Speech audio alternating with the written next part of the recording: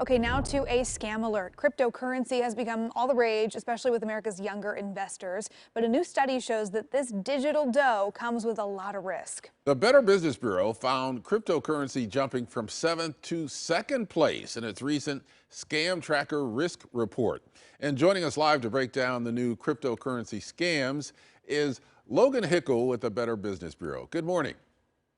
Good morning. Thanks for having me on. Yeah, what is the scale of cryptocurrency scams reported to the Better Business Bureau and to other federal agencies?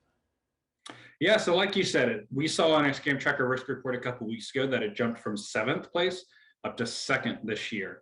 Now, when we're looking at this cryptocurrency study that the BBB just released last week, what we saw was just under 2,500 complaints came in to us last year with losses of just shy of $8 million.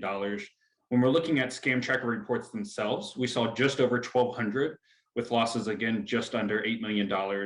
And then something interesting is we saw 579 negative reviews about cryptocurrency companies themselves. Huh. Now, if we look across federal agencies, the FTC in 2021 reported an estimated $750 million loss.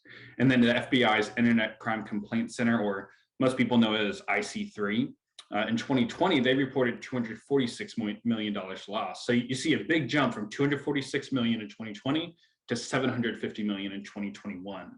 And two really important points here that a lot of people don't realize when they're investing or going into cryptocurrency is that there's two common protections that don't apply to cryptocurrency. One is credit card chargeback. They are not protected under that. And then also FDIC insurance. Currently, cryptocurrency is not protected under that either.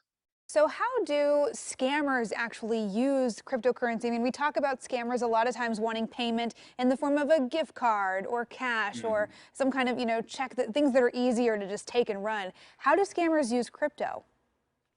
Yeah, just like you were saying, we really break it out into two buckets. One is investment scams, and two is what you were saying, a new payment method for older scams or scams that have been around for a few years. So if we break it down a little bit, when we're talking about investment scams, we're talking about things like Ponzi schemes, initial coin offerings or ICOs, Bitcoin mining, social media, and romance scams. So a lot of these, sometimes, especially with the social media and romance scams, can start as a old scam. They're just trying to get to know you and act like a friend or a possible romance interest. But quickly it turns into an investment, them saying, hey, I put this money on this website and it grew by X amount. And if you do the same, I can coach you on how to get that money or how to get that same return. And typically they'll keep pushing you to invest more and more money.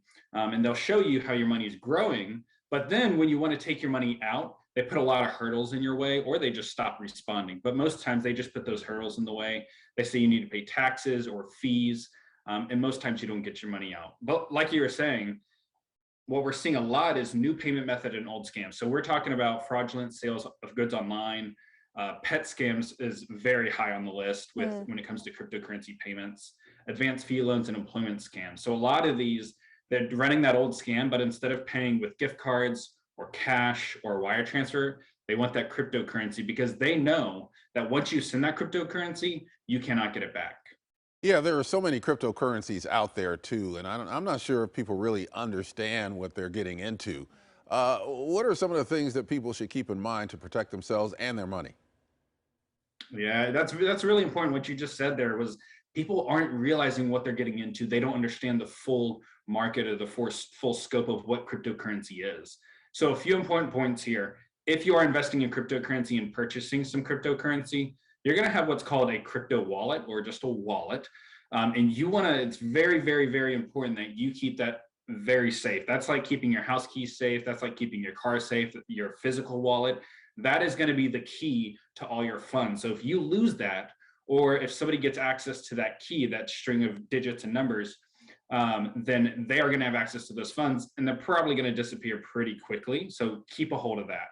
You also want to look carefully at email addresses and website addresses. Phishing scams, really, they often try to trick people into logging in to what they think is a legitimate website or a website that they know, when really all they're doing is capturing those login credentials so that scammer can then go log into your account and take that money.